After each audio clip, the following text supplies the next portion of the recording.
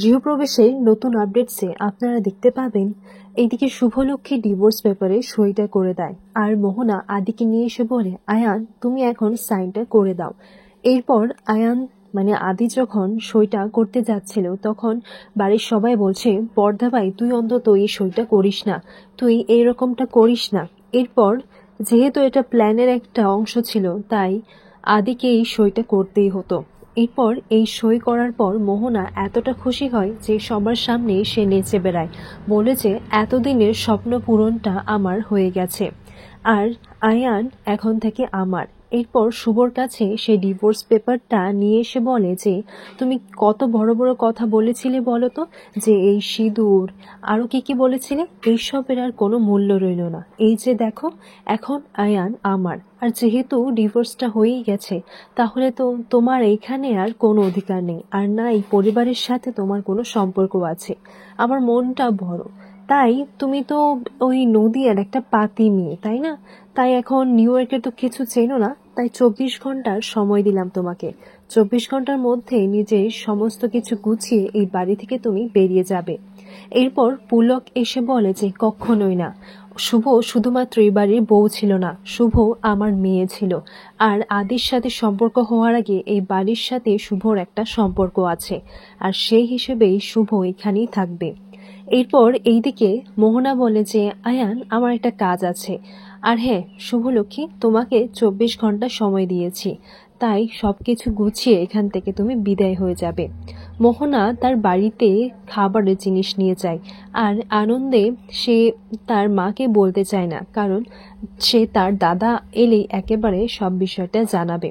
এইদিকে দেখা যায় যে লোকটা স্বপনদাকে মারার চেষ্টা করেছে সেই লোকটা মোহনাকে ফোন করে জানায় যে ওই লোকটা এখন মুখ খোলার মতো অবস্থায় নেই, আমি ওর মুখ বন্ধ করে দিয়েছি। তখন মোহনা বলে যে আচ্ছা এটা কি করে সম্ভব হতে পারে, তোমাকে তো রাখাই হয়েছে আর পোষাই হচ্ছে এই 6 বছরের আগের ঘটনাটা যেন ধামাচাপা দেওয়া হয়, আর তুমি কি করছিলে?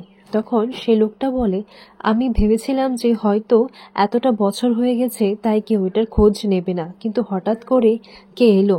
তখন প্রুফ সমেত মোহনাকে তার ছবিটাও পাঠায়। তখন মোহনা এই লোকটাকে দেখে বলে, এই লোকটাকে তো আমি দেখেছি শুভর সাথে না, তাহলে কি শুভ আমার অতীতের বিষয়ে জানতে চাইছে? তখন সেই লোকটাকে বলে, শোনো তোমাকে এত টাকা দিয়ে পোষা হচ্ছে এই অতীতটাকে সব সময়ের জন্য ধামাচাপা রেখে দেওয়ার জন্য, আর তার জন্য যদি কাউকে মারতে হয় তাহলে মারবে, আর নিজে মরতে হলেও মরবে, কিন্তু এই সত্যিটা যেন কারোর সামনে না আসে।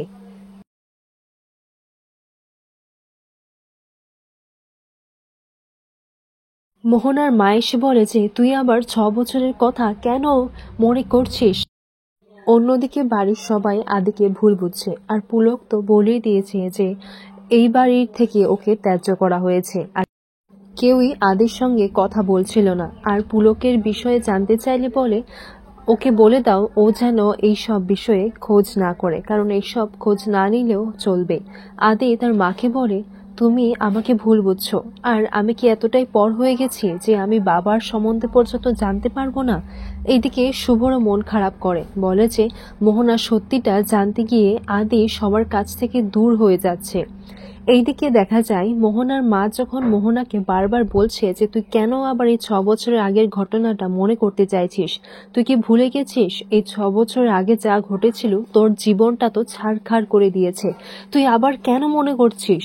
তখন মোহনা এত কিছু বলাতেই এতটাই রেগে যায় যে তার মানসিক ভারসাম্য হারিয়ে ফেলে, সে সবকিছু জিনিসপত্র উলট পালট করে দেয়। আর মোহনার মা যখন তাকে শান্ত করতে যায় তখন মোহনা তার মাকে ধাক্কা দিয়ে মেঝেতে ফেলে দেয়, যার কারণে একটু মোহনার মায়ের মাথাটাও কেটে যায়। এরপর মোহনা অস্বাভাবিকভাবে ব্যবহার করতে লাগে, তখন মোহনার মা ভয় পেয়ে যায় ওকে দেখে, বলেছে এটা তো সেই 6 বছর আগের পুরনো মোহনা, এবার কি হবে? আকাশ এসে সবটা দেখে বলছে যে এসব কি হয়েছে। তখন আকাশ আসাতে মোহনা তাদের ডিভোর্সের কথাটা বলে যে শুভ আর আয়ানের ডিভোর্সটা হয়ে গেছে।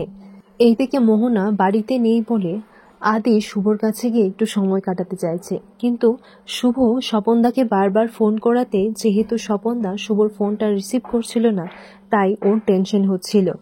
আর তো মাত্র 24 ঘন্টায় বাকি রয়েছে, যদি কোনো কিছু প্রমাণ না করতে পারে তাহলে তো শুভকে এখান থেকে চলেও যেতে হবে। এইদিকে আদির ভাই বোনেরা বলে, আমরা এখন তোকে একা ছাড়বো না, আর পর্দাবাই যাই করুক না কেন আমরা কিন্তু তোর সঙ্গ ছাড়বো না আর কিছুতেই না। আর তারা এইভাবে যে আদির এগেনস্টে চলে গেছে সেটা দেখে শুভর একটুও ভালো লাগছিল না। আর এদিকে আকাশ ভাবতে লাগে শুভলক্ষ্মী এত সহজে মেনে নিল কি করে, ও তো লড়াকু মেয়ে। এরপর এইদিকে শুভ স্বপনদার বোনের কাছ থেকে খবর পায় যে কাল রাতেই নাকি স্বপনদার অ্যাক্সিডেন্ট হয়ে গেছে। তখন শুভ বলে, অ্যাক্সিডেন্ট হয়ে গেছে? কি করে?